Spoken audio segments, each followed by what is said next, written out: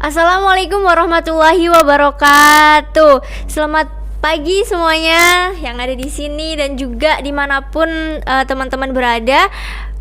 Kali ini di podcast bersama aku Selvia dan juga narasumber kita tentunya bersama Mas Fatih.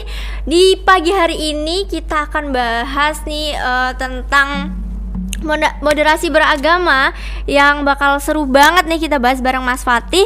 Sebelumnya ini panggilnya Mas, Pak atau apa nih Mas? Kalau bisa panggil Mas aja. Oh Mas aja, oke. Berkeluarga tapi masih seumuran kok sama saya. Oh iya pastinya masih sangat seumuran. Oh iya, oke. Gimana tadi perjalanannya untuk menuju ke sini? Perjalanannya tadi kan agak telat ya. Oh ya. 10-15 menit itu. Ya. Sebenarnya tuh udah tak rancang untuk sampai di gedung ini tuh jam 10 tepat. Ya, terus? Tapi di jalan karena perjalanan dari Sukoharjo, dari Solo Baru. Jadi di tengah jalan dapat godaan untuk nyerang soto dulu. Oh, sarapan. Supaya gak redet karena kita mau bahas yang sedikit berat ya. Jadi harus diimbangi dengan makanan berat. Oke, siap. Makasih sekali untuk waktunya sudah berkenan untuk hadir di podcast kali ini. Tenang aja ya, walaupun ini nanti pembahasannya sedikit berat, tapi kita bakal kayak asik enjoy aja, oke? Supaya tidak terlalu berat walaupun memang berat. Oke. Langsung aja nih ya. Ini kita akan bahas soal moderasi beragama. Jadi tuh ada konsep yang menekankan pada sikap saling menghormati dan juga toleransi di antara kelompok agama yang berbeda. Konsep moderasi beragama ini juga tuh mengajarkan bahwa setiap yang memiliki hak untuk memilih mengamalkan agamanya masing-masing tanpa ada tekanan dan intimidasi dari pihak lain. Begitu, betul yang saya sampaikan? Sudah sangat betul. Oke. Jadi kita langsung mulai aja tentang moderasi beragama nih Mas. Jadi kan bagi masyarakat awam dan belum memahami sebenarnya tuh pemahaman agama yang dianggap moderat ini tuh seperti apa sih kalau menurut Mas Fatih? Oke, pemahaman agama yang moderat. Iya. Sebenarnya kalau boleh berpendapat ya dari beberapa tulisan yang pernah saya baca, moderasi dalam beragama itu keniscayaan karena pada dasarnya setiap agama memang mengajarkan kebaikan. Iya, betul. Pengikutnya. Itu yang menjadi dasar sebenarnya bahwa manusia yang memeluk agama tidak mungkin dia mau atau bahkan rela untuk menyakiti saudaranya yang lain walaupun berbeda agama. Iya. Soalan akhir-akhir ini adalah pemahaman agama. Iya. Pemahaman agama yang diikuti oleh masing-masing orang. Itu agaknya yang mungkin secara manhaji atau metodologis itu mungkin ada perbedaan antara satu kelompok dengan kelompok yang lain. Tapi pada dasarnya memang agama semua menjamin bahwa umatnya adalah umat-umat yang terbaik. Karena apa? Karena mengajarkan kebaikan. Iya. Tapi yang suka terjadi pada saat ini adalah pemaknaan tentang kebaikan itu sendiri. Iya, betul. Iya, benar. Pemaknaan tentang kebaikan dari agama. Ada yang mengatakan, katakan lagi nih, ada yang mengatakan kalau ini ditariknya konsep global yaitu semua agama untuk menjalin harmoni antara satu agama dengan agama yang lain itu kita bisa tarik kan nggak kurang sebenarnya. Kita bukan mau ngomongin luka masa lalu, tapi di Indonesia memang pernah terjadi sedikitnya itu perihal konflik-konflik yang di atas namakan agama. Banyak. Ya, banyak, betul. Aku udah mencoba ngomong sedikit ya. Iya. Banyak. Iya, oke. Karena kerukunannya lebih banyak. Iya, betul. Karena kerukunannya lebih banyak. Iya, betul. Hal-hal ini antar agama. Kalau kita ngomong antar agama nanti baru kita ngomongin antar Islam. Oke. Kalau antar agama memang pernah terjadi, di beberapa tempat. Memang pernah terjadi. Tapi pada dasarnya yang sering saya garis bawahi dalam proses konflik antar agama di atas namakan antar agama itu pasti ada bumbu-bumbu politis baik dari dominasi sosial, ekonomi maupun politik. Kemudian yang dibungkus secara bagus ya akhirnya, karena semua orang beberapa orang banyak itu bisa terakomodir dan bisa terprovokasi itu menggunakan bungkus-bungkus agama. Nah itu sebenarnya yang perlu kita garis bawahi, bahwa agama mengajarkan kebaikan, maka apapun yang mengarah pada kerusakan, pada kejahatan, pada keburukan bagi orang lain adalah bukan ajaran agama. Iya betul, gitu. Iya betul sekali. Agama mengajarkan kebaikan kepada umatnya yang memeluknya. Kemudian apapun berarti, entah itu dorongan, intervensi maupun provokasi dari orang lain yang mengarah pada kejahatan, keburukan, baik dari segi sosial, ekonomi, politik dan lain-lain, itu berarti bukan komponen dari agama. Aku ingat ini, apa itu namanya, nazam di Burda itu. Kanjeng Nabi itu digambarkan di Burda itu abarru fi qaulillah minhu wala na'ami. Kanjeng Nabi itu kalau ngomong tidak saja untuk umatnya ya, untuk para sahabat, ngomong tidak saja itu mengenakkan. Kadang-kadang kita ngomong tidak ke orang lain, jangan gitu dong, tidak boleh gitu. Itu kan ada perasaan dominatif, bahwa kita lebih benar dari orang lain. Nah, Kanjeng Nabi itu enggak. Kanjeng Nabi ngomong tidak atau melarang para sahabatnya saja, para sahabat sudah merasa sangat puas, apalagi ngomong iya. Oke. Berarti kan ini kalau di Imam Busiri berarti kan mensiratkan dalam proses pelarangan atau yang kita sering sebut dan yang lebih populer dengan nahi mungkar ya, amar ma'ruf nahi mungkar. Nahi mungkarnya itu tanpa adanya tendensi dan kepentingan yang lain. Sampai akhirnya ajaran itu dimaknai sebagai ajaran yang baik dan dilaksanakan dengan baik lewat perantara kalimat-kalimat yang baik. Nah, mungkin itu yang sering kita bikin rame dan kemudian karena sekarang media sosial akhirnya ke blow up di situ. Betul. Oke. Moderasi beragama kalau antar agama ya. Kan moderasi beragama ini akhir-akhir ini cukup digembor-gemborkan oleh Kementerian Agama dan dari pihak-pihak lain juga mencoba untuk memviralkan. Sebenarnya tuh apa sih yang mendorong kenapa kok ini harus digembor-gemborkan gitu, padahal Indonesia sendiri kan sudah untuk moderasi beragama terutama bagi kita penganut agama Islam ya sudah sangat kental ya, apalagi kita lebih dominan di Indonesia. Itu kenapa sangat digemborkan itu menurut Mas Fatih, kenapa? Ya, kalau ini intermezzo aja. Kalau misal aku tuh dulu pas mahasiswa kayak jauh. Dulu pas mahasiswa itu karena kan agak aku nggak mau melabeli diriku sendiri, agak yang lain lah. Maksudnya gini, dulu aku sering berpendapat bahwa sebenarnya Indonesia itu dengan segala bentuk keanekaragaman yang sudah sangat harmoni. Ketidakharmonisan itu keluar saat negara ikut campur. Nah itu itu dulu ngobrol sama sesama mahasiswa dan seangkatanku ya, yang sama-sama baca bukunya yang sama dan lain-lain. Tapi kalau misalnya kenapa kok hari ini sering digaungkan ya tentang narasi moderasi beragama, itu agaknya memang cukup penting. Karena apa? Karena periode ini pemahaman Islam itu tidak seperti pemahaman Islam yang pada zaman dahulu, yang mana bersumber pada ulama, kiai, ustadz atau apapun, ajengan atau apapun yang kita menyebutnya. Nah sekarang semua orang itu bisa mengakses ilmu-ilmu agama lewat gawainya masing-masing. Iya betul, betul sekali. Lewat handphonenya masing-masing. Lebih percaya pada potongan-potongan video yang lewat di FYP TikTok daripada dengan pemaknaan komprehensif. Nah ini fenomena masyarakat urban sekarang, masyarakat perkotaan apalagi, yang membutuhkan kepastian hukum. Sifat ajaran Islamnya inginnya yang positivistik gitu, yang halal ya halal, haram ya haram. Beda kalau di pesantren, karena saya juga latar belakang pesantren. Beda kalau di pesantren, karena kan pemaknaan pesantren kan banyak, kemudian dari ulama ini berpendapatnya ini, ulama ini berpendapatnya ini, ulama ini banyak sumber ya. Banyak sumbernya. Nah, akhirnya yang dibutuhkan masyarakat sekarang itu bukan banyaknya pendapat ini tadi, tapi ya halal ya halal, yang haram pasti ya haram, gitu yang ya. Betul, yang simpel aja.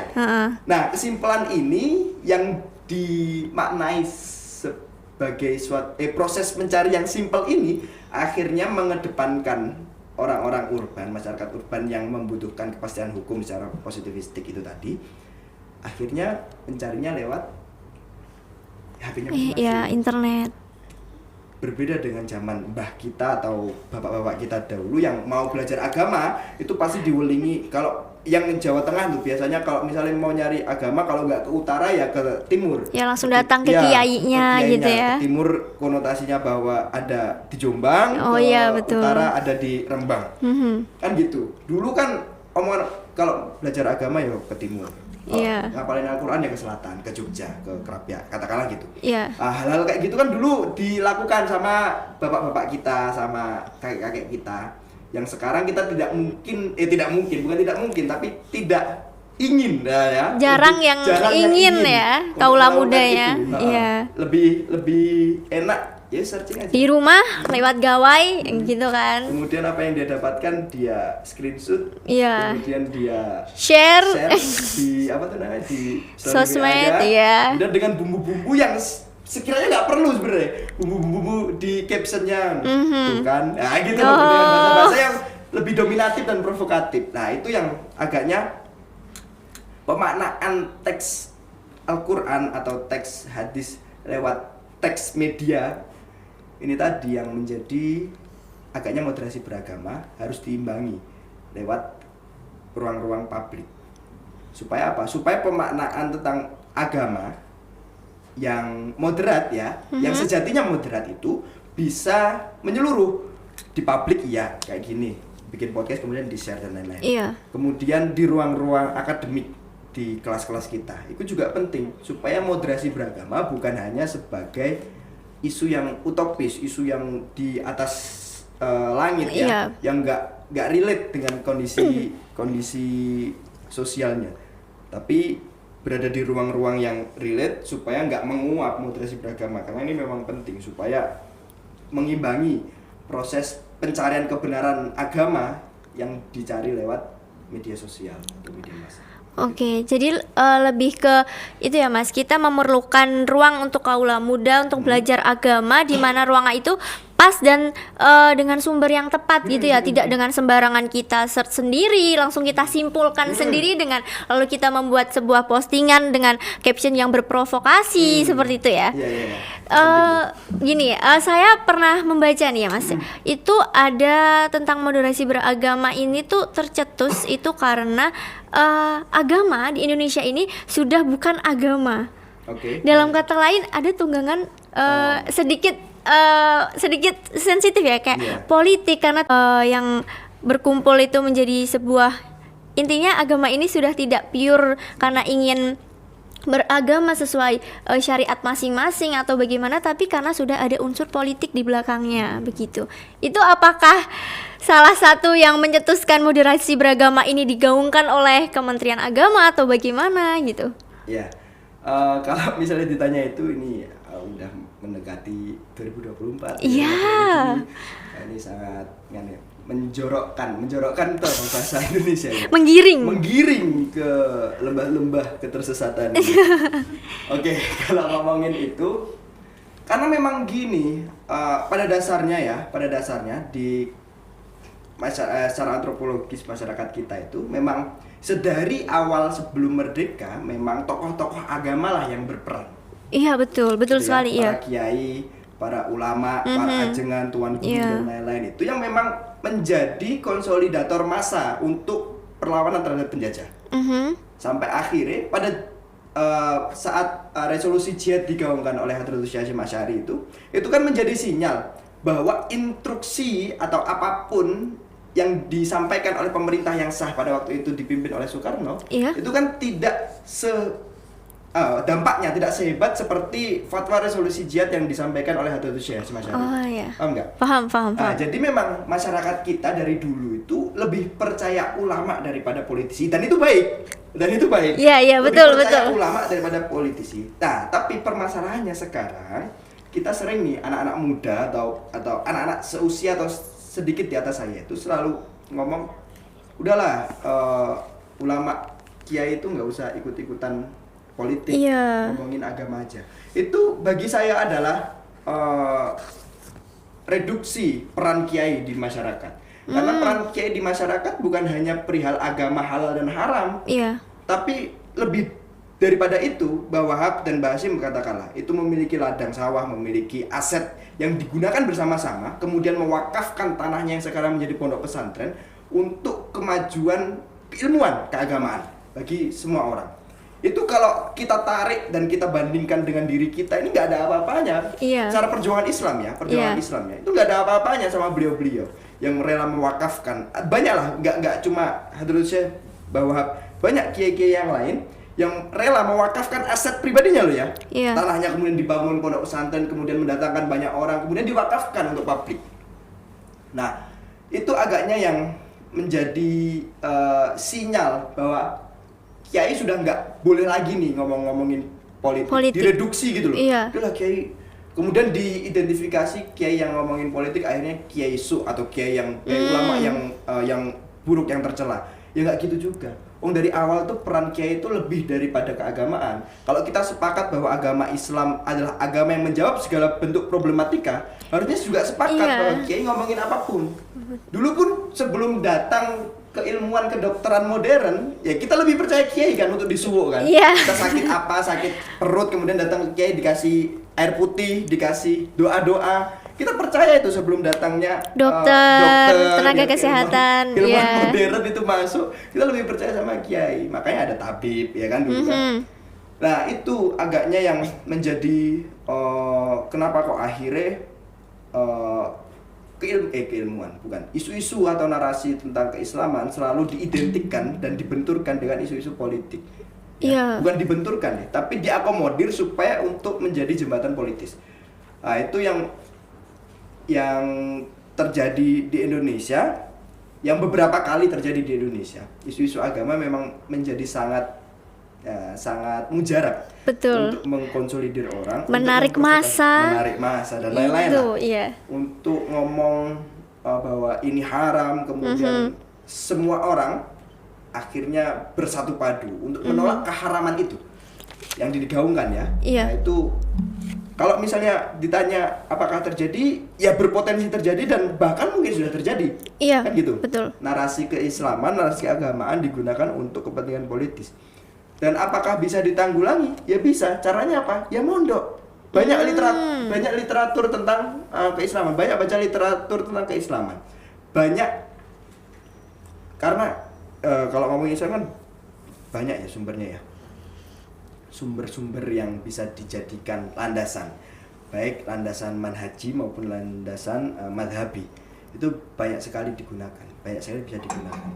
Nah mungkin yaitu kurang ngobrol, kurang Iya, sharing. betul. Itu akhirnya semua gampang terprovokasi, dan moderasi beragama ini harapannya gitu, membuka ruang-ruang publik untuk berkomunikasi, membuka ruang-ruang untuk ngobrol tentang kepemimpinan Islam atau non-Islam, tentang kepemimpinan perempuan, tentang kepemimpinan atau tentang politik yang bernafaskan dengan Islam, bukan target politik atau tujuan politik menggunakan jubah Islam.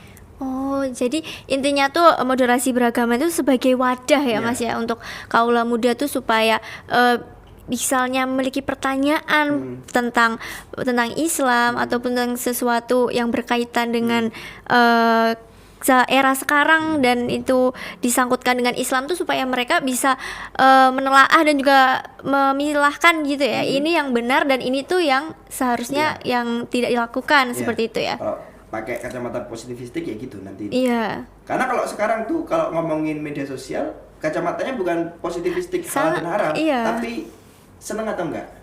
Betul. Ya kan? Sama konten Deddy Corbuzier mungkin ada yang seneng, ada yang enggak. Oh iya. Sama kontennya Habib Ja'far ada yang seneng, ada yang enggak. Ada sama kontennya Gus Kausar atau Gus Miftah ada yang seneng, ada yang enggak. Nah, jadi gitu. Ngomongin Islaman sekarang bukan hanya halal haram, suka seneng tidak atau suka. Nah, gitu loh. Itu juga variasinya akan lebih banyak kan akhirnya. Variasinya tambah banyak dan lebih banyak. Nah, itu kalau misalnya di angan-angan itu Bayangkan. Kalau misalnya ini tentang moderasi beragama ya sangat sering untuk digaungkan, bukan tidak mungkin pemahaman Islam yang moderat itu semakin menjamur, semakin bertambah banyak. Yang penting apa? Yang penting satu, tidak ada dominasi tafsir tunggal atas keagamaan. Karena kita menyadari bahwa agama itu memiliki banyak perspektif. Usulnya ada perspektif, ya toh. Kita kan mempelajari ilmu kalam tuh. Iya. Apalagi dari segi furuknya, dari segi cabang-cabangnya, perkara cadar, perkara demokrasi itu kan cabang-cabangnya kan. Ada yang berpendapat boleh, ada yang berpendapat tidak, dan lain-lain. Nah, proses transfer ilmu agama di Indonesia juga gitu, juga lebih banyak mengedepankan proses doktrinasi, bahwa pada satu sumber kemudian ini benar ya sudah benar, paham nggak? Jadi nggak dalam proses metodologis bahwa ini ulama ini ngomong gini, ulama ini ngomong gini, ulama ini ngomong gini. Kalau di pengajian publik kan lebih dominan Pak Kiainya nih yang ngomong nih. Iya, ya kan? betul. Oh ini salah, ini benar, ini salah, ini benar. Doktrinnya kan tunggal tuh, Iya. ya kan? Kemudian dimaknai oleh jamaahnya masing-masing dan dimanifestasikannya kan beda-beda. Ada yang akhirnya mengharamkan tetangganya, ya kan? Ada yang akhirnya diendapkan menjadi diri pribadi untuk diri pribadi, nggak untuk disebarluaskan. Karena ada macam-macam lah, macam-macam. Nah, efek dari itu semua yang bisa ditanggulangi adalah menciptakan ruang-ruang keislaman itu di media sosial. Jadi ruang Islam yang multi perspektif. Banyak sekali ya perspektif Islam tentang satu perkara. Katakanlah tentang kenegaraan. Banyak banget perspektif Islam tentang kenegaraan. Bagaimana seharusnya dan bagaimana semestinya. Kemudian tentang keperempuanan, tentang politik dan tentang yang lain. Perspektifnya tuh banyak. Nah, moderasi beragama itu membuka ruang-ruang perspektif itu tadi supaya dominasi tunggal, kebenaran tunggal, absolutisme Islam yang digaungkan itu akhirnya tidak bisa tercapai. Oh, karena perspektifnya baik. Iya. Nah, itu kan dalam upaya memperkaya perspektif kan, dan ini pun juga dalam rangka memperkaya perspektif. Itu karena selain untuk memperkaya perspektif dari berbagai pihak, karena Indonesia sendiri juga terdiri dari beberapa mazhab, ya kan Mas. Jadi itu mungkin akan lebih kayak memperluas lagi pandangan masyarakat Indonesia tentang Islam, mungkin dari mazhab A, B, C, D, E. Jadi bukan hanya stagnan di satu, mungkin kita bisa mengambil dari mazhab satu yang satu begitu. Oke, kita langsung lanjut ke selanjutnya Mas. Jadi setelah kita bertanya-tanya bagaimana tentang masyarakat awam yang telah memahami tentang moderasi beragama ini, sebenarnya itu prinsip beragama secara moderat tuh seperti apa sih Mas? Oke, kalau ngomongin prinsip ya. Iya. Gini, aku pengen breakdown dulu. Kalau ngomongin prinsip atau nilai, itu pasti kan berangkat dari pikiran dan termanifestasikan lewat tindakan. Betul. Oke, kita breakdown dulu dari perkara yang inti, yaitu dari pikiran atau fikrohnya, dari pikirannya.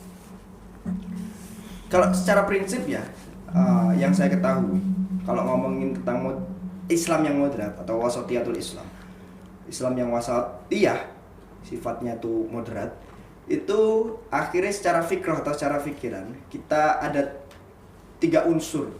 Unsur yang pertama akli, ya pasti rasionalitas. Iya. Gitu. Kemudian nakli atau kita berlandaskan pada nas-nas keagamaan, Al-Quran, hadis, ijma dan qiyas. Kemudian yang ketiga adalah waqi'i. Waqi'i itu kontekstual, konteks sekarang. Nah, secara pemikiran, secara tindak berpikir, kita didasari dari 3 hal itu. Dari akli, nakli, dan waqi'i. Yang paling komplit sebenarnya adalah teman-teman mahasiswa kan sebenarnya. Dari segi rasionalitas, akli, teori-teori barat, teori-teori yang dihasilkan oleh manusia, teori-teorinya, baik teori apapun itu kan didapatkan. Kemudian konteksnya adalah nakli atau nas-nas keagamaan, kita juga mendapatkan pada konteks ini. Kita juga mendapatkan. Kemudian dari waqi'i, dengan bagaimana kita berkontribusi di setiap kegiatan dan setiap organisasi yang kita ikuti, itu kan memperkaya perspektif yang kontekstual. Betul. Dan bisa melihat kenampakan yang realita. Betul. Nah, itu juga yang menjadi dasar dalam segi pemikiran wasatiyatul Islam. Nah, secara fikroh atau secara pikiran itu berlandaskan 3 itu, akli, nakli, dan waqi'i.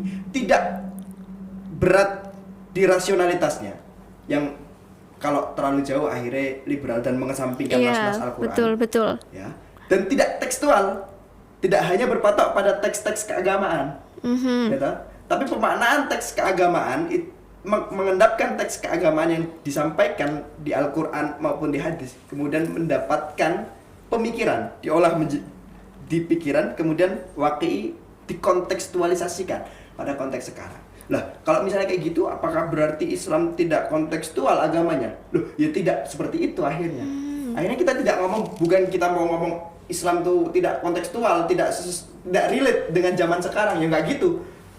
Kita hanya mengedepankan case yang terjadi sekarang dengan case yang terjadi pada zaman Nabi. Yaitu kan yang terjadi di kias kan gitu. Mencari variabelnya, kesamaan variabelnya, kemudian menyamakan padanan hukumnya. Nah, itu yang menjadi akar pikiran wasatiyatul Islam. Kemudian setelah menjadi pikiran itu bakal termanifestasi dulu menjadi sebuah karakteristik. Nah, karakteristik yang muncul saat orang berpikir rasional, tekstual, dan kontekstual. Karakteristik yang muncul yang pertama itu fadilah. Pasti memiliki nilai fadilahnya, memiliki keutamaan. Keutamaan yang dimaksud apa? Keutamaan yang dimaksud adalah apa yang disampaikan atau apa yang dipahami memiliki keuntungan bukan konteks materi ya, uangnya, tapi memiliki keuntungan untuk dirinya dan keuntungan bisa diamalkan oleh orang lain. Oke. Kemudian karakteristik yang kedua itu amaliyah. Doable. Bisa dilakukan oleh setiap orang. Nah, ini juga di Buddha juga ada. Kalau Kanjeng Nabi ngendikan itu pasti rasional, pasti masuk akal. Betul. Kalau misalnya ajaran Islam nggak masuk akal, itu bukan ajaran Islam. Oke. Nah, amaliyah, doable, itu bisa dan mungkin sekali untuk dilakukan. Nah, amaliyah. Kemudian yang ketiga, syar'iyah, memiliki nilai syariatnya. Oh, ada nih apa yang kita amalkan itu memiliki beban syariatnya. Apakah mubah, apakah sunnah, apakah wajib, apakah makruh, apakah halal. Nah, yang terakhir itu sanadiyah, bersambung sanadnya, karakteristiknya. Yang keempat, sanadiyah, bersambung. Jadi sanadnya yang dia lakukan ini, ya, amaliyah yang dia lakukan atau yang dia pikirkan itu bersambung. Jadi pikiran yang karakteristik yang muncul saat akliyah, nakliyah, dan waqi'iyah itu dilakukan dari pikiran, itu akhirnya dia bersambung sanadnya. Bisa dipertanggungjawabkan. Karena kita sepakat inti kebenaran Islam ada di Kanjeng Nabi. Betul. Karena Islam itu dibawa oleh Nabi Muhammad. Nah, bagaimana kita mencari tahu bahwa ajaran yang kita terima sekarang di waktu yang sudah sangat panjang dari wafatnya Nabi ini itu benar adalah runtutnya sanadnya, atau sambungnya sanad Kanjeng Nabi. Kalau misalnya tidak sambung atau terputus sanadnya, ya berarti dipertanyakan kebenarannya. Iya, betul. Kan gitu. Kalau kita sepakat bahwa inti yang benar Islam itu apa yang dilakukan oleh Kanjeng Nabi, ya berarti sanadnya harus nyambung sampai Kanjeng Nabi. Kalau ada yang bilang kalau menurut saya tidak seperti itu, ya berarti ciptakan sendiri agamamu, jangan akhirnya agamanya agama Islam. Betul. Agama yang dibawa oleh Nabi Muhammad. Kalau ini menurutmu berarti agamamu ini. Kan bukan gitu pemanaan kita, pemanaan Islam. Nah, setelah karakteristik itu terbangun dari pikiran yang sudah terbangun juga, kemudian termanifestasikanlah lewat harokahnya, lewat gerakannya. Apa prinsip yang ada di setiap gerakan wasatiyatul Islam? Yang pertama ya tawassul, moderat, tidak berpihak kanan dan tidak berpihak kiri, moderat, berada di tengah-tengah. Tasamuh, toleransi, ya kan, mentolerir. Kemudian tawazun, seimbang. Kemudian yang keempat, i'tidal atau berlaku adil. Yang kelima, amar ma'ruf nahi munkar bil ma'ruf. Nah, melakukan segala hal yang baik, kemudian melarang perkara-perkara yang mungkar. Nah, caranya dengan apa ya? Dengan sholat. Ya kan biasanya kayak gitu. Sholat kan kadang-kadang kan lucu gini. Ya ini intermezzo dikit. Kadang-kadang kan ada banyak selentingan di media sosial bahwa menikah muda itu jawaban agar tidak berzina. Oh, banyak sekali. Ya Saya kan? pernah melihat berulang Walaupun kali. saya ini orang yang nikah muda juga. Oh. Tapi konteksnya Tapi, bukan itu. iya. Konteksnya bukan itu dan konteksnya bukan kecelakaan ya. Iya. Nah, sekarang kan dua kutub nih. Kalau misalnya bukan karena ingin menghindari zina berarti dia zina. Oh, Ya, nggak iya, gitu iya, dong iya. akhirnya. Nggak dikotomis gitu. Ya walaupun saya juga nikah muda. Tapi yang saya pahami adalah tidak selamanya menikah muda akhirnya menjadi jawaban atas terhindarnya dari perilaku zina. Oke. Ya, yang perlu dikontrol itu kan sebenarnya hawa nafsunya, ya kan? Iya. Nah, pengontrolan hawa nafsu di Islam itu ada treatmentnya apa? Puasa. Nah, jadi gimana caranya terhindar dari zina ya? Puasa. Bukan nikah muda malah. Belum tentu. Aduh, kok viral. Belum tentu juga. Maksudnya kalau nikah muda belum tentu menjadi jawaban untuk terhindar dari zina. Toh nggak sedikit toh contoh untuk orang yang sudah menikah kemudian tetap masuk pada lubang-lubang perzinahan. Banyak. Nah, ini yang ngomong banyak tuh dia terus. Iya. Aku selalu Enggak, karena gimana ya Mas, dilihat dari data analisis juga gitu kan. Indonesia tuh perceraiannya lumayan karena memang itu padahal kita adalah seorang yang beragama muslim seperti itu ya. Makanya saya tidak mengelak gitu. Betul kan? ya, Indonesia tuh negara dengan mayoritas muslim. Iya. Korupsi yang paling gila-gila. Nah, itu juga salah Gitu. satunya. Karena kalau misalnya di internalisasi nilai ajaran Islam kan mustahil tuh orang-orang Islam itu mau untuk berdosa besar. Betul. Kan gitu. Betul. Tapi kok tetap terjadi kedoliman ini tetap terjadi. Nah kan berarti kembali ke hamba masing-masing tuh. Betul. Ke masing-masing tentang pemaknaan Islam. Ya, yang paling populer kan itu yang pertama. Kalau ngomongin Aduh. kemudian harus nikah muda untuk meninggalkan zina. Dicoba dulu puasa, ya coba dulu puasa. Jangan langsung moro-moro nikah dong. Tapi ini bukan karena praktek Mas sendiri kan kemarin gitu, enggak kan? Bukan. Aku mengkampanyekan supaya orang-orang nikah saat waktu yang tepat. Nah, bukan nikah karena nikah menghindari itu. menghindari zina. Ini kan orientasinya beda. Iya. Masa tega kamu nikah atau yang cewek-cewek nih. Masa kamu tega dinikahi seseorang karena dia memiliki luapan hawa nafsu yang besar. Nauzubillah. Ya. Gitu kan? Maksudnya gitu. Karena ingin terhindar dari zina nih. Betul. Kemudian objeknya diganti. Ya udahlah tak nikah wae. Supaya objek seksualnya ada di Istrinya, ya. kan kalau dari segi relasi antara laki-laki dan perempuan kan juga nggak boleh. Iya. Kan? Karena pernikahan kan ketersalingan. Iya, bukan betul. Kerjasama. dominasi. Kerjasama, Iya. bukan kejar sana. Kan gitu. Kejar sana kejar sini. Ah, itu yang menurutku juga menjadi pemaknaan. Toh yang mengkampanyekan hijrah itu kan kemarin sudah baiat kan di Malang, Ustaz Hanan lagi. Kemudian kan sudah baiat. Ya, semua akan NU pada waktunya. Semua akan moderat pada waktunya. Semua akan moderat pada waktunya. Oke. Kan dari tadi pembahasan misalnya Indonesia tadi menikahlah untuk agar terhindar dari Perzinahan. itu seakan-akan memiliki konotasi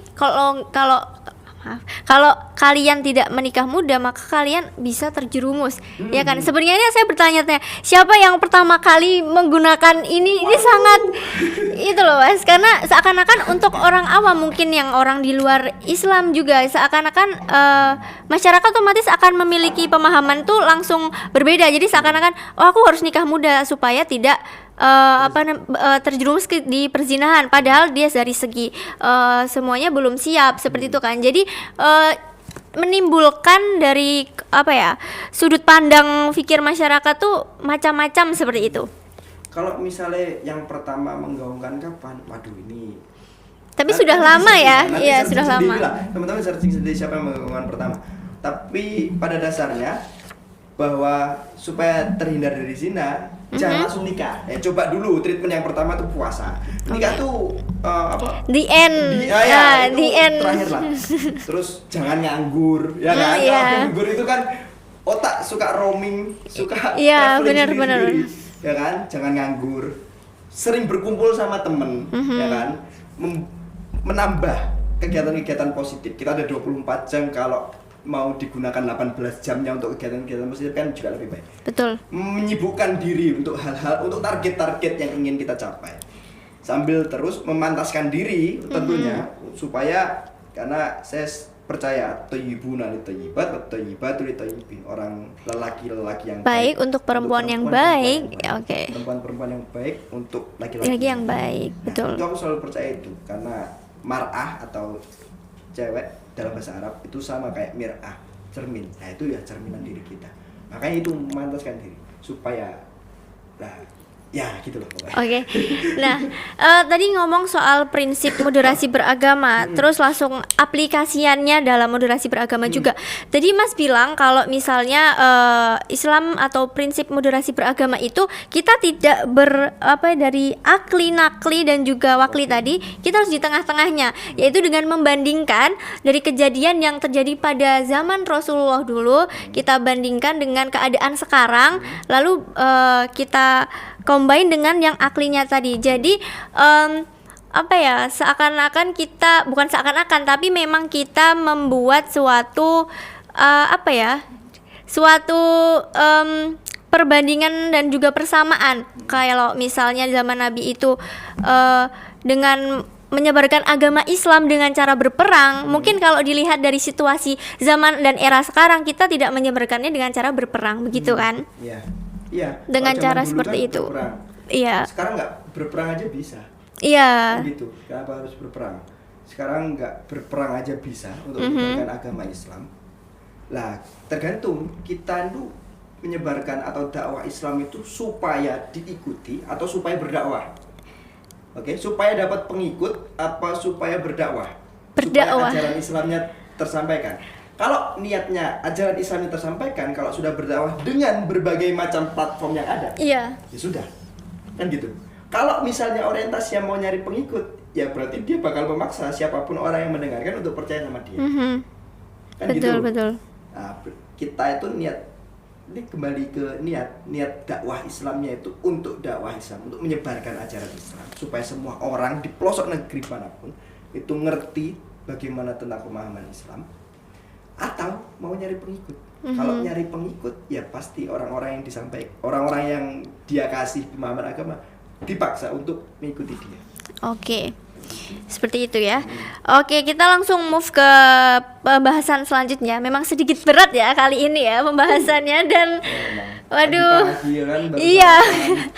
Langsung bahas moderasi beragama. Apalagi dengan sedikit unsur politik, emang Aduh, sangat seru iya, sebenarnya, iya. seru, tapi memang sedikit sensitif begitu.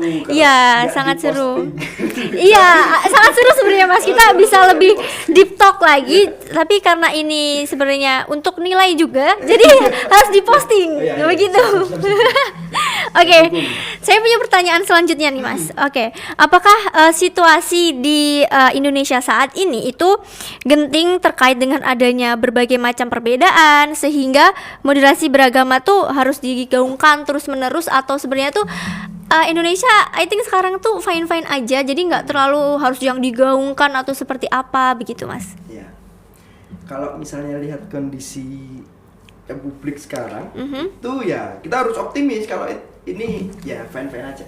Oke. Ya, dengan keanekaragaman yang ada, dengan keragaman sosial, keragaman agama, keragaman budaya yang ada, itu fine-fine aja. Ya kan? Toh nyatanya ya kita sedang tidak blok-blokan antara, katakanlah di sini kan nggak semua orang Jawa tuh, maksudnya mahasiswa sini ya, semua orang Jawa tuh, yo nggak akhirnya sini daerah sini adalah kos non Jawa, sini adalah kos Jawa, kan enggak juga, enggak dalam proses itu, maksudnya ya fine-fine aja. Iya. Nah tapi apakah ini urgent untuk tentang moderasi beragama, kemudian kalau misalnya fine-fine aja kok digaung-gaungkan terus tuh moderasi beragama? Iya. Nah, supaya apa? Bukan supaya tidak ada konflik ya, moderasi beragama itu bukan supaya tidak ada konflik. Karena kalau misalnya niatnya supaya tidak ada konflik, itu berarti kita berpikir bahwa agama menimbulkan konflik. Betul, betul, oke. Moderasi beragama itu digaungkan supaya apa? Karena masifnya media sosial, iya. supaya berimbang nih informasi tentang keagamaan.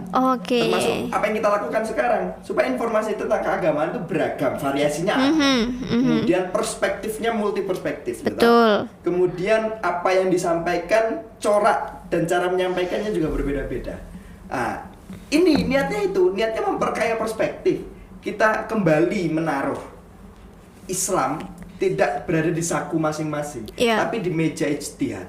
Kita ngobrol Islam, ya toh, sharing betul. tentang bagaimana pandangan, bagaimana pendapat, bagaimana perspektif.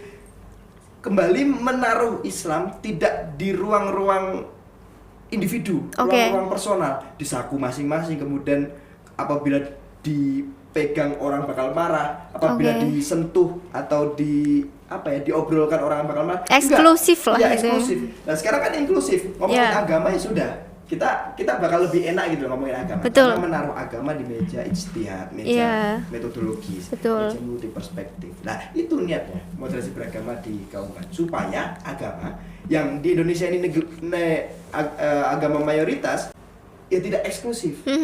Pemahamannya tidak person to person, tapi ya terbuka. Betul. Pemahamannya terbuka karena apa? Karena kita sama-sama bersepakat untuk menaruh perspektif keislaman kita di meja. Iya. Kalau satu meja gini kan filosofinya setiap apapun yang kita punya kan kita keluarkan. Iya, ya kan? betul. Kita punya rokok, kita keluarkan. Kita punya permen ya. Ditaruh di meja. Nah, itulah filosofi kenapa kok akhirnya kita harus menaruh kembali Islam di meja ijtihad, meja perundingan, meja multi perspektif. Supaya apa? Supaya pemaknaan kita bawa lagi, apa yang kita taruh di meja kita bawa lagi, itu sudah tidak hanya apa yang kita bawa awal, tapi sudah menambah apa yang bakal kita bawa pulang. Nah, itulah mengapa moderasi beragama penting untuk selalu digaungkan. Iya. Tapi ya, kalau boleh kritik, kadang-kadang moderasi beragama itu hanya dimaknai sebagai sebuah program kerja. Betul. Nah, ini mungkin akan saya selipkan sedikit ya. Itu kan moderasi beragama ini digaungkan itu atau dipromosikan lebih tepatnya dianggap dan kadang-kadang tuh diartikan oleh masyarakat bahwa negara atau pemerintah ini mengatur nih tata cara orang untuk beragama dan melaksanakan agamanya masing-masing gitu, Mas. Nah, betul kan? Nah, itu contoh respon saat orang tidak mau mengeluarkan agamanya dari sakunya, dari ruang individunya. Oke. Akhirnya terjadi apa? Denial, menolak. Moderasi. Ini kan perspektif nih. Moderasi beragama ini kan perspektif keagamaan. Betul. Oke. Kita taruh dulu nih. Ini ada perspektifnya. Iya. Di meja ini ada perspektif. Kita taruh dulu barang-barang pribadi kita yang dalam konteks ini adalah agama. Kita taruh di satu meja masing-masing. Ya toh? Nah, kemudian multi perspektif ini kan dibawa dan akhirnya dibawa pulang oleh masing-masing orang lewat keyakinan keagamaannya. Nah, itu contoh respon kalau orang denial. Tapi konteksnya gini. Saya mau ngomongin moderasi beragama jangan hanya menjadi program kerja. Oke. Itu adalah gini. Kadang saya juga berpikir adanya moderasi beragama itu menjadikan kita postmoderatisme atau kita kelewat moderat. Oke. Kita kelewat moderat. Akhirnya apa? Akhirnya keislaman atau ajaran Islam menjadi afirmasi bahkan untuk perkara-perkara zalim atas nama kekuasaan. Oke? Nah, moderasi beragama saya sebagai kader ideologisnya Pak Toto juga, Pak Dekan, itu sepakat bahwa moderasi beragama tidak bisa kalau cuman jadi tema seminar, tema seminar apalagi yang orang datang tanda tangan sertifikat dapat strike pulang. Iya, betul. Nah, saya sepakat sekali apa yang dilakukan Prof. Toto di fakultas kita, Fakultas Adab dan Bahasa ini. Kemudian memasukkan wawasan moderasi beragama menjadi mata kuliah supaya kesempatan untuk ngomongin tentang moderasi beragama itu lebih banyak. Betul, lebih luas ya. Lebih luas dan seminggu sekali minimal kan kita akhirnya ngomongin moderasi beragama. Iya, kan? Betul. Lewat mata kuliahnya di setiap kelas. Nah, itu yang saya tiru dulu pas di Dema itu kemudian bikin yang namanya duta moderasi. Duta moderasi itu perwakilan per kelas. Nah, perwakilan per kelas itu kita gembleng, kita apa itu namanya? Kita latih pemahamannya ada 3 aspek pemahaman moderasi beragama. Pemahaman gender equality Oke. dan pemahaman tentang advokasi mahasiswa supaya per kelas tuh punya duta yang nggak mungkin nih, minimal kita ngamanin lah per kelas tuh nggak mungkin nih satu orang per kelas ini menjadi orang yang tidak moderat. Betul. Tapi sudah kita verifikasi menjadi orang yang moderat, kita kasih pelatihan yang komprehensif.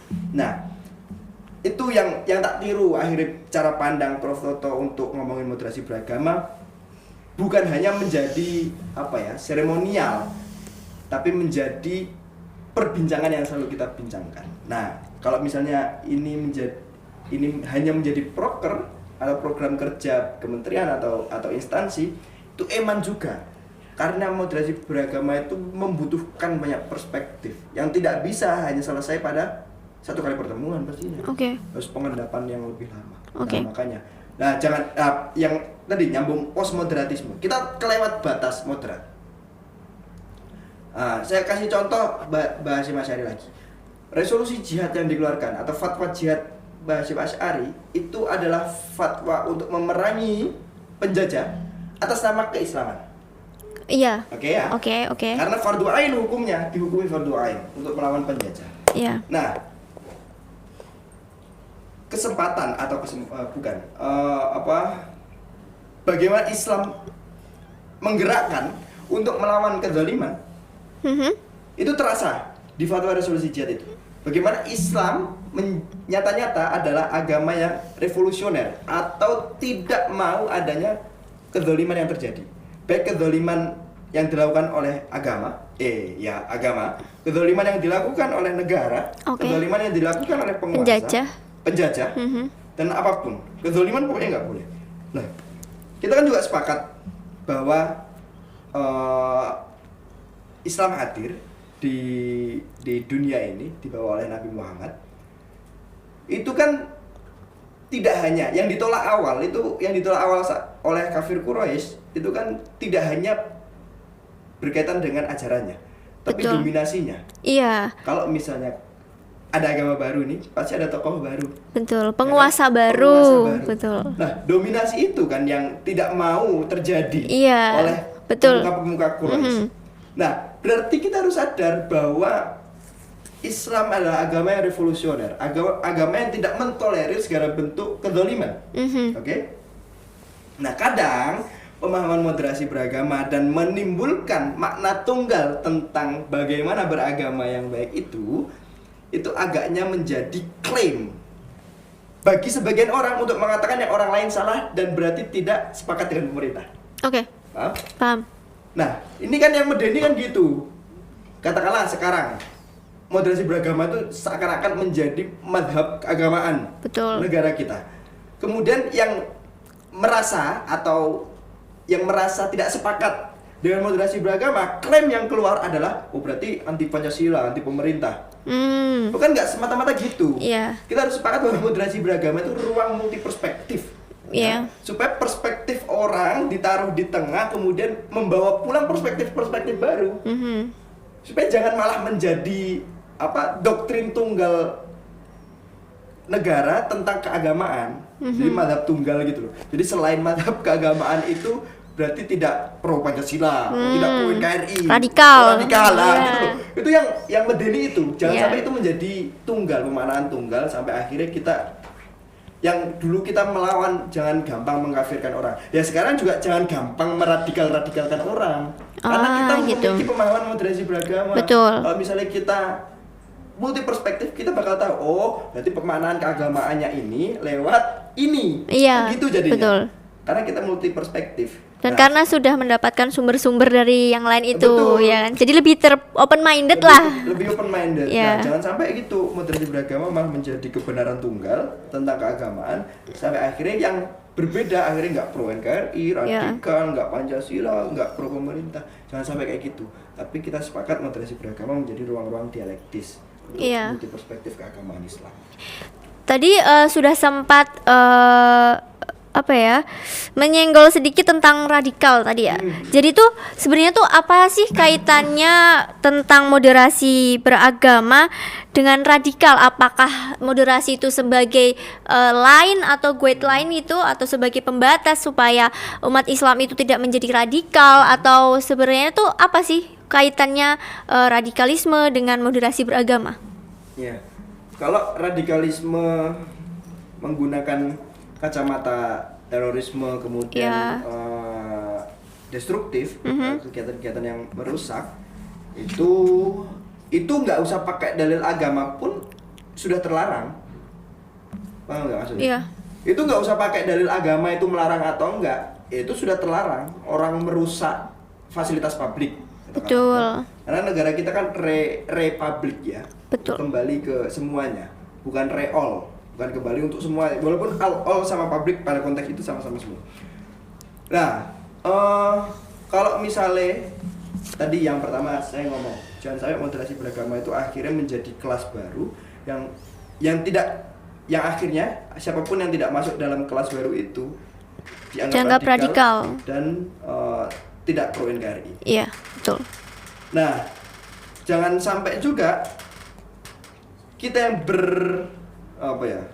yang beragama itu mengedepankan tindakan-tindakan kekerasan untuk kepentingan kita.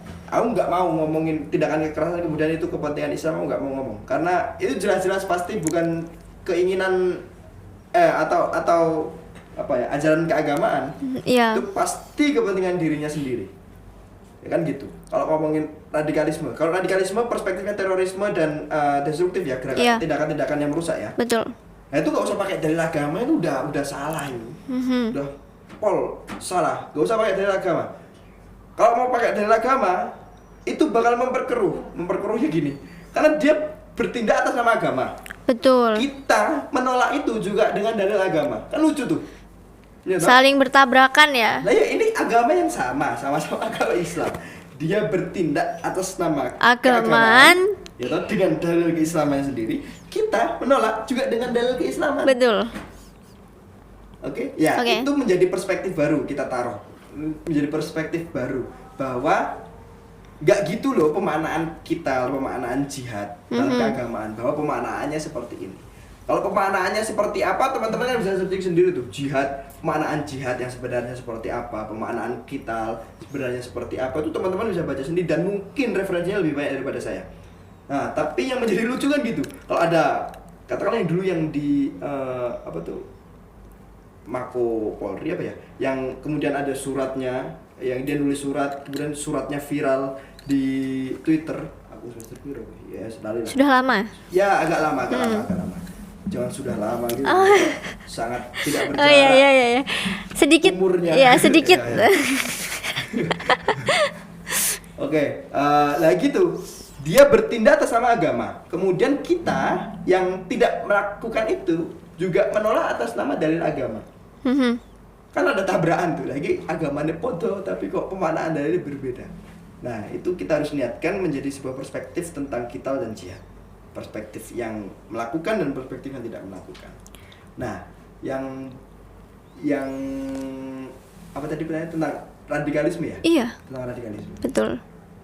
Nah yang terjadi kalau misalnya perspektif radikalisme itu juga perlu diluruskan ya. Yang kayak gimana radikalisme itu, yang seperti apa perspektifnya dari pemerintah? Ini pakai kacamata pemerintah atau pakai kacamata agama? Nah kalau misalnya pakai kacamata agama, radikalisme itu nggak ada, kan gitu. Betul. Kekerasan itu kan nggak ada dan tidak diperbolehkan kan kekerasan dalam agama kita. Nah berarti radikalisme ini kan keluar karena produk dari eksternal keagamaan. Oke, berarti kan dalam konteks ini konteks pemerintahan lah katakan. Iya. Berarti standar radikal itu seperti apa? Supaya masyarakat ini Tidak mudah mengecap seseorang tidak mudah gitu ya. mengecap seseorang. Nah, Si dulu, A. ya kan saling cap-capan loh. Betul. Suka mengecap orang kafir karena tidak sesuai dengan ajaran Islam. Betul. Gitu. Nah, sekarang itu juga lebih gampang mengecap orang radikal karena tidak sesuai dengan perspektif keagamaan kenegaraan. Ya. ya juga sama-sama nggak boleh dong kalau kayak gitu. Kalau kita sepakat kita nggak mau dicap kafir, ya kita juga nggak boleh ngecap sidik-sidik radikal.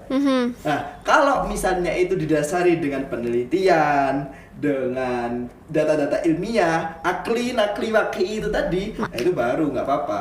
Dan itu kan bukan tindakan, bukan kewajiban kita kan untuk menindak ya. Untuk menindak kan bukan kewajiban kita. Ada bagiannya sendiri, ada kepolisian, ada TNI, ada BNPT yang memang bertanggung jawab atas hal itu.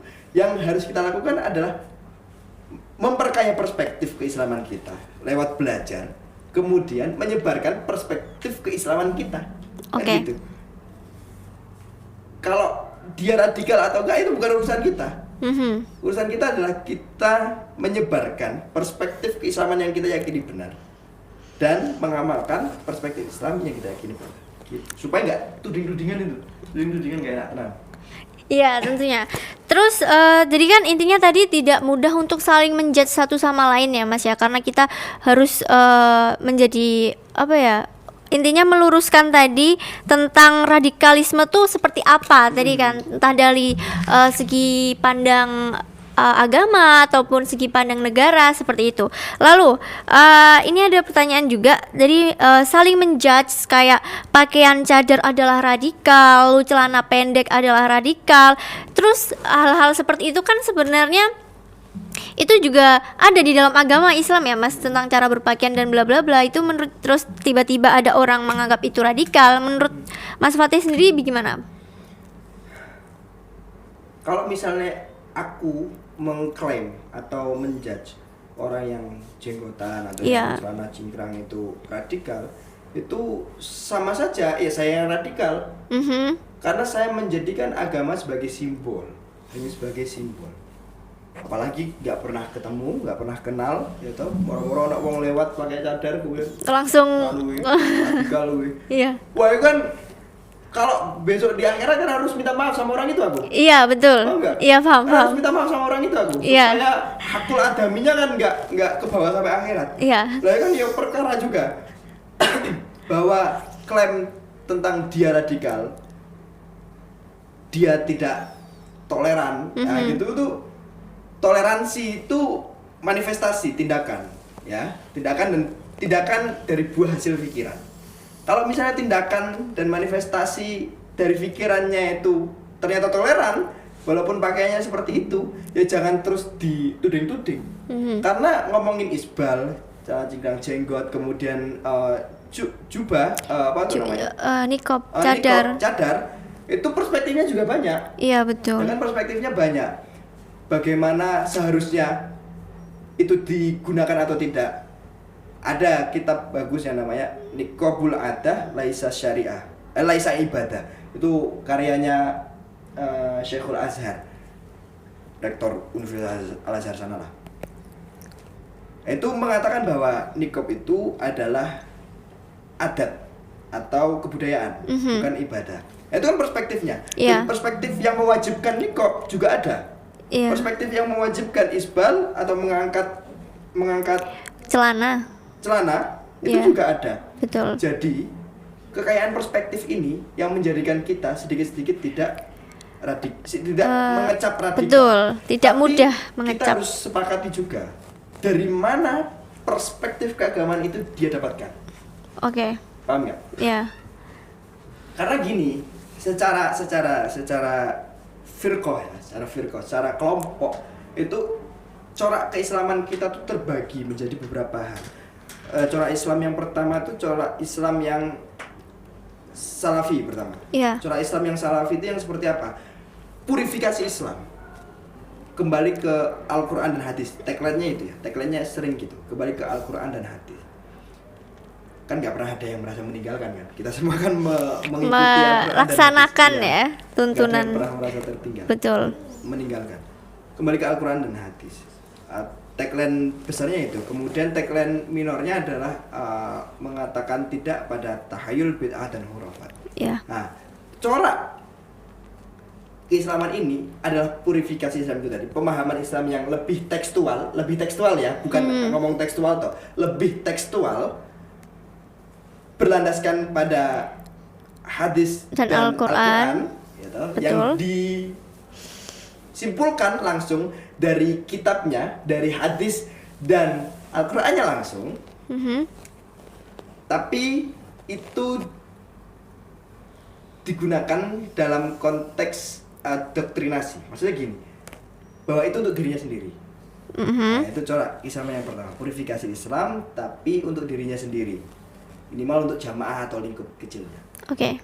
Yang kedua, ada corak keislaman Salafi juga, tapi tarbawi. Dia lebih masuknya gerakan purifikasi Islam itu tadi, ajaran-ajaran pemurnian Islam yang masuk lewat sektor pendidikan formal. Maksudnya ke pendidikan-pendidikan. Ya. Nanti bertransformasi menjadi organisasi pendidikan, menjadi sekolah juga. Nah, itu Betul. corak tarbawi. Jadi lebih ke tarbiyatul Islam. Dia mengedepankan aspek pendidikan karena dia meyakini perubahan atau pemurnian Islam ini didapatkan bukan dari proses revolusi atau yang langsung berubah, tapi evolusi. Oh, yang dikasih tahu itu anak-anaknya dulu. Bertahap ya. Tahap anak-anaknya, kemudian besok anak-anaknya besar kan dia juga punya anak. Iya, Anaknya juga nanti sekolah di sini. Nah, itu menjelma menjadi sekolah-sekolah di Iya. Indonesia ini. Oke, mungkin kita lebih slow down lagi ya Mas ya. Enggak, dari tadi kita kayak pembahasannya sangat berat sekali ini ya. Bu, nama-nama ikan aku punya. Oh, boleh mungkin bisa sebutkan nama-nama ikan. Nama ikan, jiwa, ide. Yuk lapar. Oh ini sudah mulai jam makan siang Oh, iya, sepertinya. betul. Oke langsung kita percepat saja ya Mas ya. Iya. Oke ini kita yang lebih pembahasan lebih ringan. Jadi menurut Mas Fatih nih karena kita dari tadi membahas tentang beberapa problematika dalam moderasi juga, terus kaitannya dengan lingkupan bermasyarakat juga, terus tentang radikalisme juga. Terus kali ini nih kita karena sebagai mahasiswa, menurut Mas Fatih sih gimana toh peran mahasiswa dalam meningkatkan sikap moderasi beragama terutama di lingkungan fakultas dan universitas seperti itu? Ya, kalau perannya bagaimana? Mhm. Kita ajuin dulu. Tadi corak keislaman selanjutnya setelah tarbawi tadi ada yang namanya Salafi Haroki. Oke. Dia bergeraknya bukan hanya doktrin keagamaan itu dimaknai sebagai untuk dirinya sendiri dan untuk mengamalkan ajaran Islam, tapi juga bergerak tidak revolusioner ya, secara politis. Bergeraknya secara politis. Oke. Ya. Bukan hanya pendakwahan ini secara tarbawi dan salafi saja ke jamaah-jamaah keislaman, tapi juga secara politis, gerakan politis. Itu ada. Kemudian yang terakhir yang paling ekstrim itu yang maunya revolusi, secara purifikasi Islam secara revolusi, yaitu yang bentuknya jihadi. Nah, itu yang kalau itu dimaksudkan untuk yang radikal dan intoleran itu bisa Masuk ya Bisa dalam masuk. golongan tersebut. Ya, karena orientasinya adalah kekuasaan yang pertama. Mhm. Yang kedua adalah orientasinya menebarkan ketakutan, gitu, melakukan kegiatan-kegiatan yang destruktif, yang Intimidatif merusak, ya. intimidatif. Nah, gitu. Itu yang kalau misalnya dilarang secara kenegaraan itu nggak masalah. Tapi kalau yang lain-lain yang masih di kawasan wacana, narasi, ide dan gagasan, jangan terburu-buru. Siapa tahu dia nanti bakal moderat pada waktunya. Nah, tugasnya kita kan bagaimana caranya untuk menyebarkan pemahaman yang moderat. Bagaimana Iya. caranya ya? Itu tadi baca buku yang banyak, menaruh perspektif kita di meja masing-masing. Nah, sekarang kalau ngomongin mahasiswa. Betul. Ya, mahasiswa bagaimana perannya? Kemarin hari apa ya? Hari Jumat. Hari Jumat kemarin tuh aku dapat undangan dari Kesbangpol Jawa Tengah untuk ngomongin peran pemuda dalam menciptakan pemilu damai. Konteksnya pemilu, tapi kan sama-sama kedamaian. Ya, Betul, betul. Oke. Sama-sama kedamaian. Nah, yang menarik di situ adalah bahwa pemuda itu selalu dimintai peran aktifnya dalam segala problematika kritik ya sih yang diminta itu mahasiswa dan pemuda, itu kritik kebijakan. Yang diminta untuk moderasi beragama itu ya mahasiswa dan pemuda, Iya. menciptakan pemilu damai ya. Generasi Mahasiswa mudanya. dan pemuda, ini pemuda semua ini yang PR-nya banyak ya. Padahal nggak digaji negara tapi dimintai kontribusi yang banyak ini. Betul. Ya kan agak sembrono ini ya Allah. Ya itu bagaimana perannya, dan aku mau cerita yang kemarin di Chris Bangpo itu bahwa pemuda itu selalu mendapatkan tugas yang extraordinary. Oke. Ya, selalu mendapatkan tugas yang di luar kemampuan perangkat kenegaraan dan kaum tua. Oh, Ya, karena apa? Karena kita menguasai zaman betul. dan kita menguasai sendi-sendi kita itu terbiasa. Secara kinestetik itu kita terbiasa untuk melakukan apa yang relate dengan kondisi sekarang. Mhm. Oke. Nah, yang suka terjadi di taraf kenegaraan ini kan pemudanya yang nggak dapat jatah, nggak dapat peran ya, nggak Iya. dapat untuk mengaktualisasikan pikirannya. Betul. Tapi kita selalu dituntut untuk mana peran pemuda untuk negara ini. Iya, mana perannya betul. pemuda, tapi nggak pernah dikasih kesempatan. Kita dikasih ruang Ah. untuk melakukannya. Di kampus ini ruangnya itu terbuka besar. Kalau konteksnya kita ngomongin kampus aja lah, konteksnya di kampus aja. Kampus ini ruangnya sangat terbuka, bahwa setiap mahasiswa tidak ada larangan apapun untuk melakukan hal-hal yang produktif, apalagi yang produktif ya, Iya. dan cukup fair untuk mendapatkan reward, untuk mendapatkan penghargaan yang sesuai ya, yang setimpal dengan apa yang kalian atau kita bareng-bareng lakukan di konteks kampus. Nah, kesempatan itu terbuka lebar. Lewat apa? Lewat apapun. Ngomongin moderasi beragama itu nggak selamanya juga harus ngomongin ayat-ayat keagamaan. Mhm. Tapi mengkontekstualisasikan diri kalian dengan yang sekarang, seperti halnya bikin podcast gini. Ini kan mengkontekstualisasikan tren sekarang kan. Ngomongin ngobrol tapi direkam. Iya, Ya kan? betul. Ngobrol tapi direkam ya. Betulnya sering banget kita lakukan. Ngobrol itu kan ya showering loh mesti nih. Iya. Masuk kecuali kalau dia nggak mau ngobrol, ya pasti jarang ngobrol. Beda lagi. Iya, beda lagi. Beda. Nah, tapi kesempatannya terbuka lewat apapun. Kalau sukanya baca buku ya baca buku. Sukanya apa? Kalau peran, kalau sukanya bikin podcast gini ya monggo bikin YouTube kemudian dapat AdSense. Kemudian kalau misalnya sukanya public speaking atau khitobah ya jadi dai, Mhm. ya kan? Ya. Kesempatannya terbuka, nggak hanya pada ruang-ruang keagamaan saja, tapi banyak sekali ruang-ruang. Suka teater ya, lewat teater. Ngomongin moderasi beragama, ngomongin kerukunan lewat teater kan juga bisa tuh. Ngomong lewat musik dan lain-lain lah. Maksudnya kesempatannya sangat banyak. Nggak mungkin kita nggak dapat kesempatan kalau di kampus, karena semua mahasiswa dapat kesempatan untuk menyebarkan moderasi beragama. Oke. Tergantung kalian mau lewat mana. Sebenarnya tuh kalau jadi di lingkungan kampus sendiri banyak cara dan apa ya, ruang untuk kita melakukan itu. Cuman kalau mungkin di luar kampus agaknya lebih Iya. sedikit ruang ya, Mas ya. Iya, kalau di luar kampus, kalau apalagi kita pemuda nih ya, kalau Iya. pulang ke desa tuh, apalagi yang kita merantau Mhm. kuliahnya, itu kan pulang ke desa seperti orang baru, Iya, betul. paham nggak? Mhm, mhm. Sudah banyak yang berubah, tetangga-tetangga sudah banyak yang pangling, Iya. ya kan? Jadi asing. Jadi orang asing. Betul. Di tempat Lingkungan kita- yang di dulu.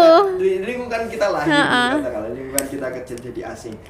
Kemudian terus juga jangan mikir bagaimana berperan di masyarakat lewat moderasi beragama, moro-moro teko kemudian bawa ibu bahwasanya enggak, ya partisipatoris saja gitu loh. Iya. Ya, berbaur dulu sama masyarakat, mengetahui secara antropologi dan sosiologinya gimana.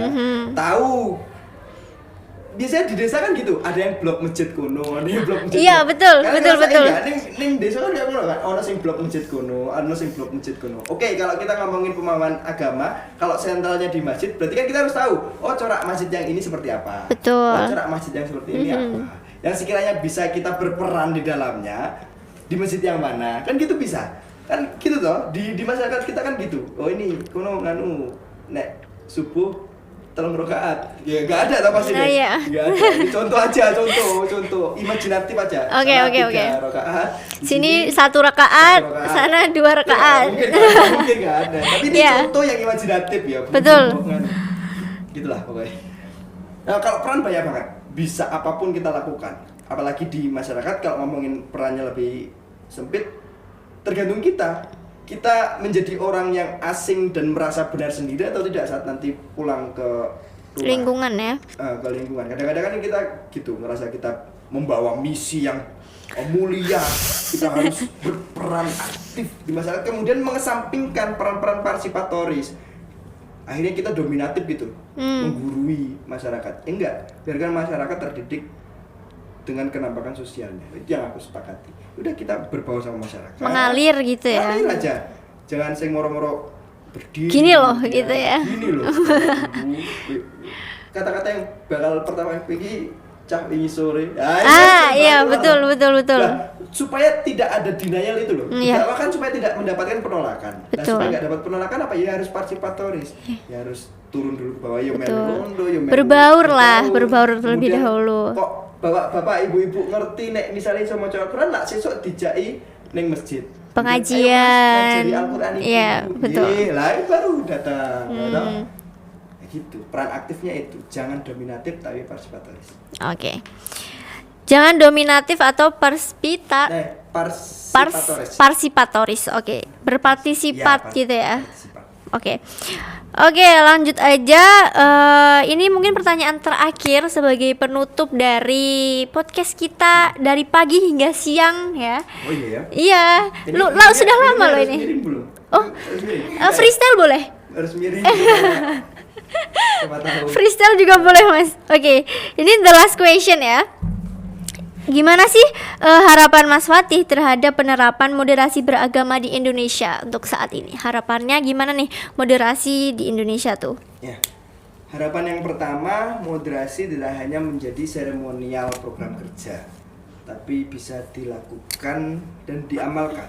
Tidak utopia, tapi perkara-perkara yang membumi bisa dimaknai secara material oleh orang-orang. Bahwa kenampakan yang terjadi itu bukan hanya angan-angan dan ketakutan saja, tapi benar-benar terjadi di tataran masyarakat. Itu yang pertama, tidak hanya jadi program kerja. Yang kedua, tidak menciptakan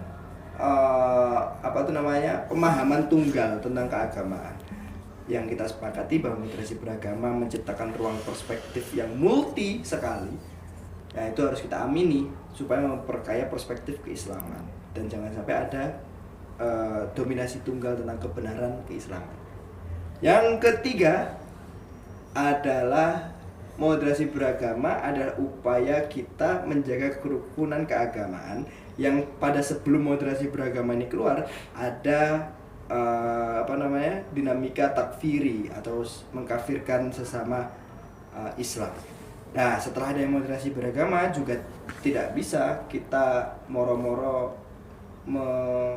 mengecap atau mengejudge orang lain radikal, apalagi hanya dari pakaiannya saja.